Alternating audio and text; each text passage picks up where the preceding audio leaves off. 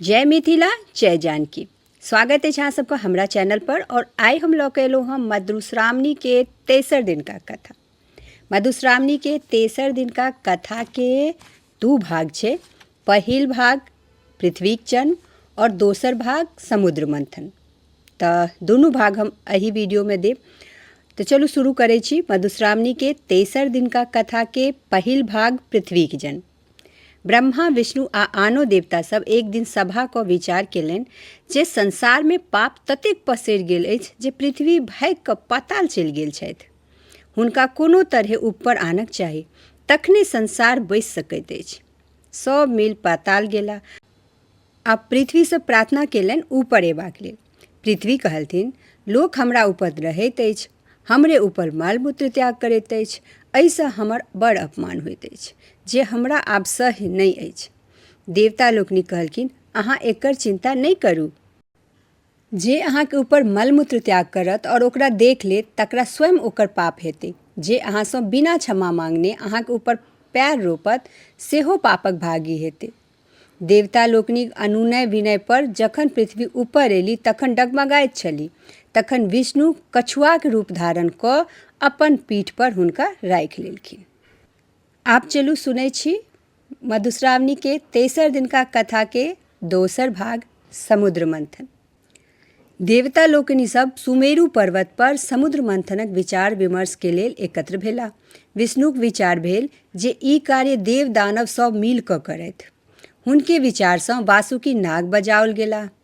ओ मंदराचल पर्वत में अपन देह क लपटा ओकरा उखाड़ि समुद्र कात लऽ आनल। ओ समुद्र मंथनसँ प्राप्त अमृत में हिस्सा भेटबाक लेल सेहो मंथनक कष्ट सहबाक लेल प्रस्तुत भेला।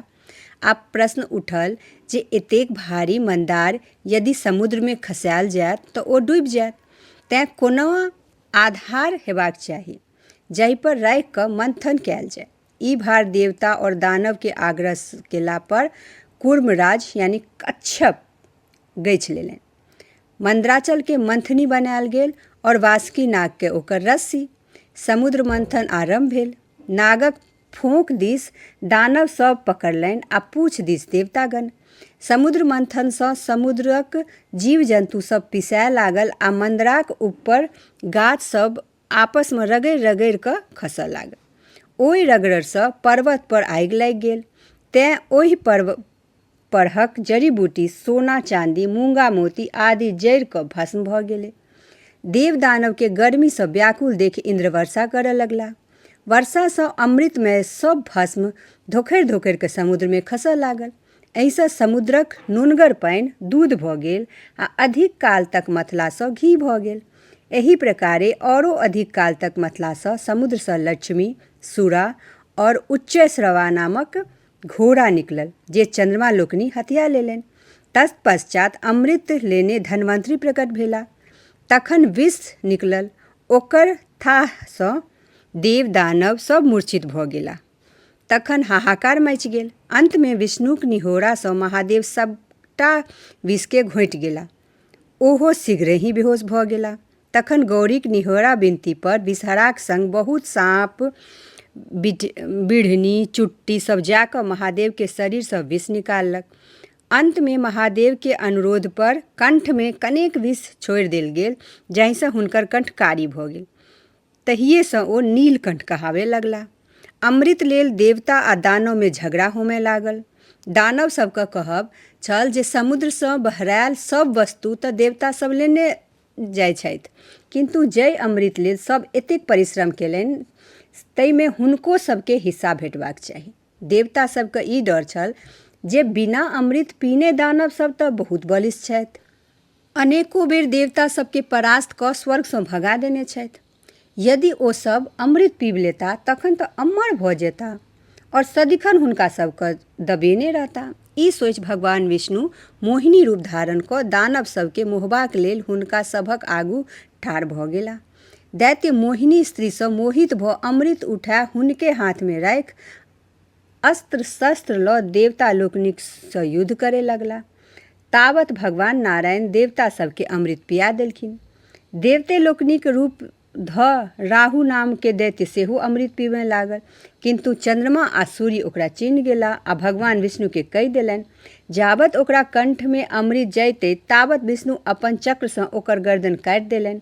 अमृतक स्पर्श भेलाक कारणे ओ मरि नहि सकल, किंतु दू भाग में विभक्त भऽ गेल। मुंड राहु आ धर केतु कहेलक। ताहिसँ ओ सूर्य आ चंद्रमाक शत्रु भऽ गेल।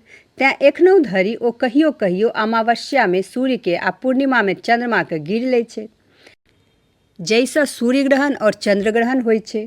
जैँ ओकर धर कटल छलै तै कारण चंद्रमा आ सूर्य फेर बाहर भऽ जाइ छथि। हुनका गिरला के बादो सूर्य चंद्रमा हुनका शरीरसँ बाहर निकलि जाइ छथि, कियाकि तऽ हुनकर देह कटल छनि। देवगण के अमृत पियोबाक पश्चात भगवान विष्णु अस्त्र शस्त्र लऽ दानव सबसँ घमासान युद्ध कऽ ओकरा सबके मारि काटि कऽ पाताल भगा देलखिन। बचल अमृत इंद्र के सपुर्द कऽ देल गेलनि और विश्वकर्मा के ओकर रखबारी के भार देल गेलनि।